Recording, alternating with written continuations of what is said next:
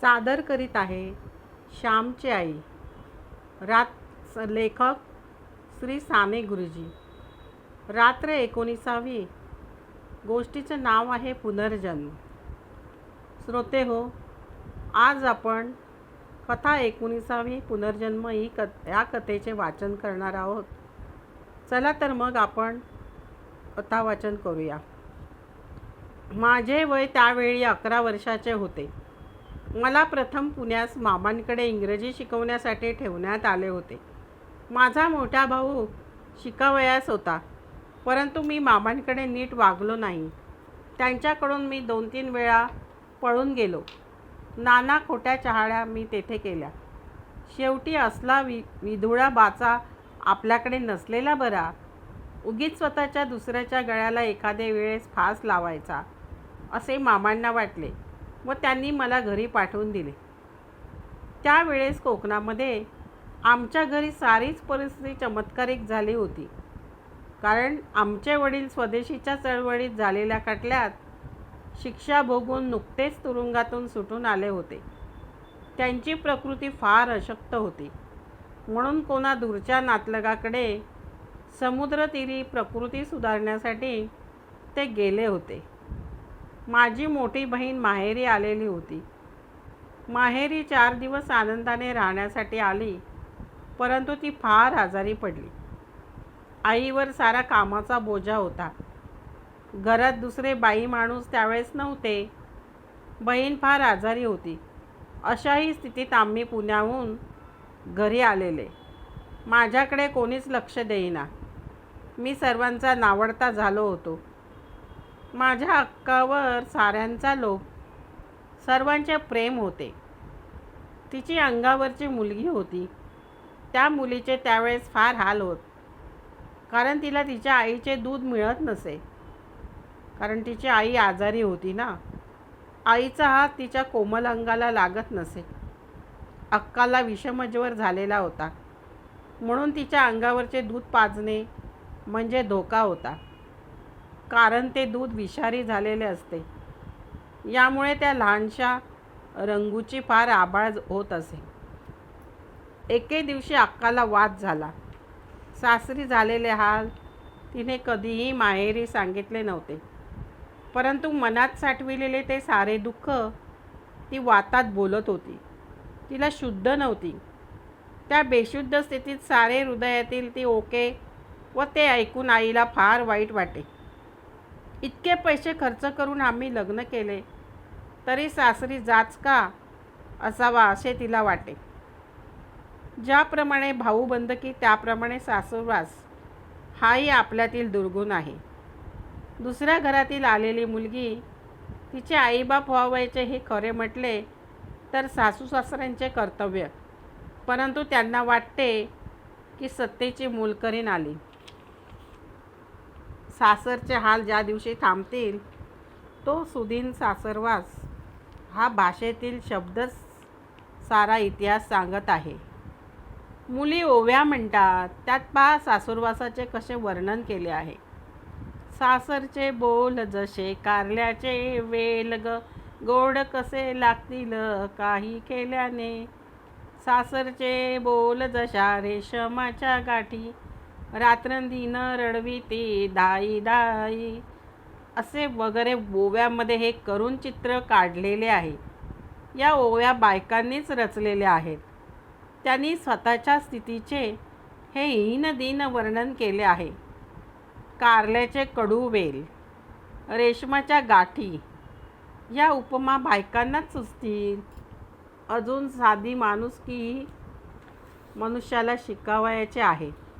सासू सुनेला छळते व सून पुन्हा सासू झाली म्हणजे तेच करते.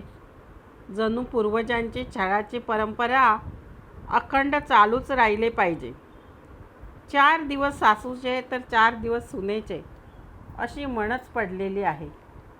ज्याप्रमाणे पंतोजी मुलांना मारतो व मुलगा पुढे पंतोजी झाल्यावर तेच करतो, तसेच हे आम्हालाही मारीत असत, म्हणून आम्ही मारतो, हेच पुष्कळ शिक्षकांचे उत्तर असते. मुले मुली जेव्हा खेळ खेळतात तेव्हा नीट पाहावे. मुली जर सासू सुनेचा खेळ करत असतील तर त्यात सून झालेल्या मुलीचे केस ओढणे, तिच्या हाताला लटोपटीचा डाग देणे, तिला शिळे अन्न खायला घालणे वगैरे हाल दिसून येतील. मुलांचा शाळा म्हणून खेळ बघा. एखाद्या खांबाला विद्यार्थी करतात व त्याला खूप मारतात. करशील गडबड का मारू आणखीन वगैरे बोलून जोराने खांबाला मास्तर होऊन मुले मारीत असतात. माझ्या बहिणीचा मुलगा आहे, लहान आहे, 5-6 वर्षाचा. तो मला म्हणतो, अण्णा मला मास्तर व्हायचं आहे, नाहीतर शिपाई व्हायचं आहे.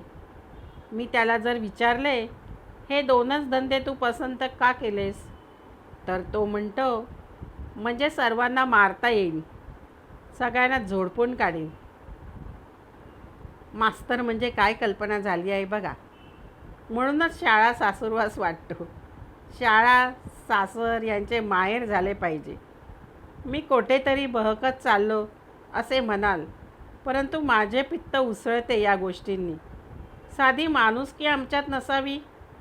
पशुपक्षी, किडामुंगी, झाडमाड यावरही प्रेम करावयास शिकवणारी माझी थोर संस्कृती, त्या संस्कृतीचे वारसदार आज किती नादान झाले आहेत. साधी माणुसकीही कसे विसरले आहे हे पाहून हृदय जळते, पिळवटून येते. परंतु जाऊ दे. दुपारची जेवणे कशी तरी उरकून अक्काच्या जवळ सारी जणे बसलो होतो. तामणात थंड पाणी घेऊन ते तामण अक्काच्या कपाळावर धरण्यात आले. खेडेगावातून कोठून बर्फाच्या पिशव्या, कुठले कोलन वॉटर. आई तामण धरून बसली होती. सर्व मंडळींची तोंडे चिमणीसारखी झाली होती. माझ्या आईच्या काय मनात एकदम आले कोणास माहीत, परंतु तामण मला धरावयास सांगून ती उठली. आई उठली, ती देवाजवळ गेली.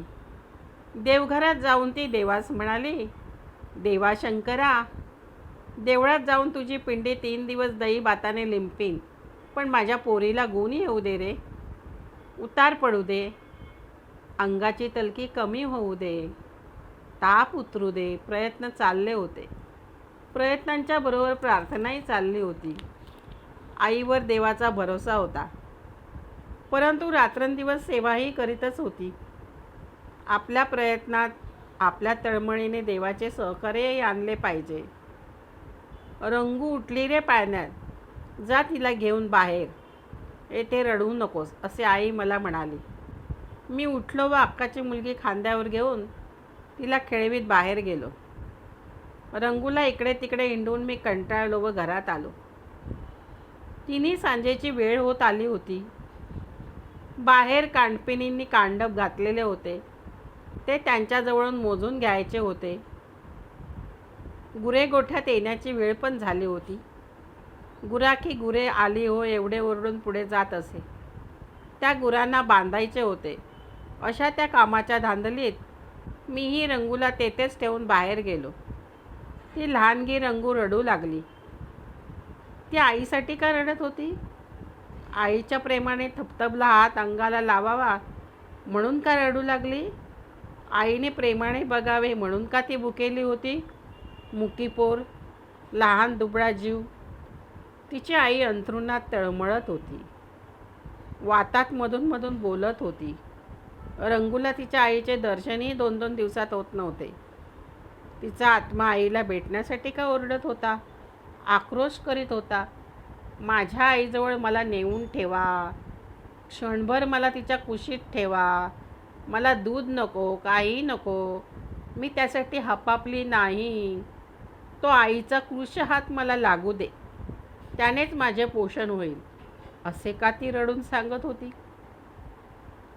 तिच्या रडण्याची भाषा कोणाला समजणार? त्या बालहृदयाची, त्या आत्म्याची ओळख कोणाला कशी होणार? रंगू ओक्साबोक्षी रडू लागली, टाहो फोडू लागली, कळवळली. माझ्या आईने करावे तरी काय?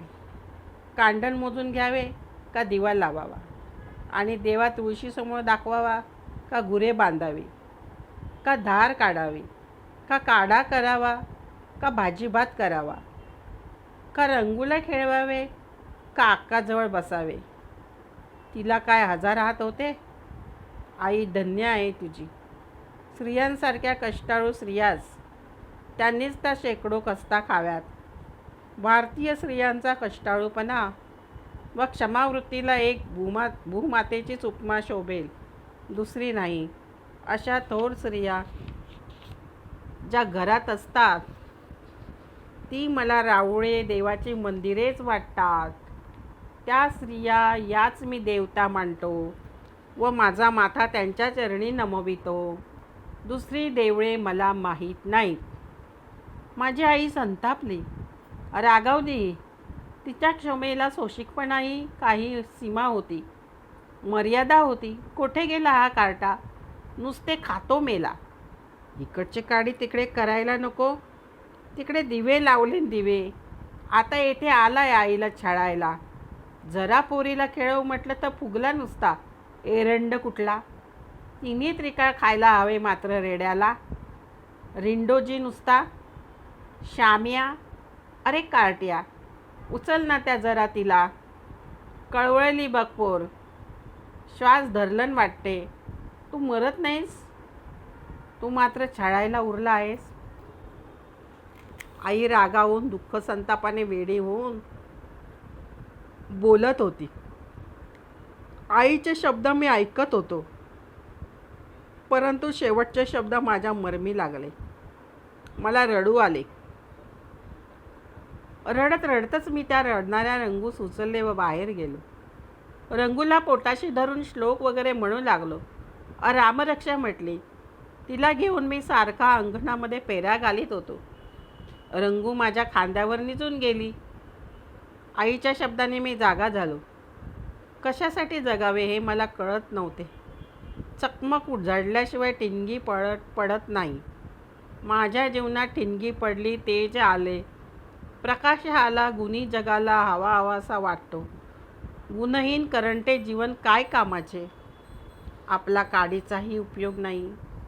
आपले जीवन म्हणजे सर्वांना भार, सर्वांना त्यापासून त्रास, असे मला त्या दिवशी वाटले. माझ्या जीवनाला त्या दिवसापासून कलाटणी मिळाली. निराळी दिशा दिसू लागली. कोणत्याही गोष्टीची वेळ यावी लागत असते ना, असे म्हणतात. ते काही खोटे नाही. मीही त्या दिवशी देवाला प्रार्थना केली व राभाळाकडे बघत, उगवणाऱ्या ताऱ्यांकडे बघत प्रार्थना केली. देवा, आजपासून मी चांगला होण्याचा प्रयत्न करेन. माझ्या या निश्चयाने प्रसन्न हो. मला चांगला कर व माझी अक्काही बरी कर. त्या दिवसापासून अक्काला गुण पडत चालला. एवढे खरे, माझी अक्का चांगली बरी झाली. ती शरीराने बरी झाली, मनाने मी बरा झालो. दोघांचे पुनर्जन्म झाले. अक्काला नवीन शरीर मिळाले आणि मला नवीन हृदय मिळाले. श्रोते हो, इथे आपली कथा समाप्त झाली. श्रोते हो, कथेला लाईक व सबस्क्राईब करा, कमेंट करा, शेअर करा, ही नम्र विनंती.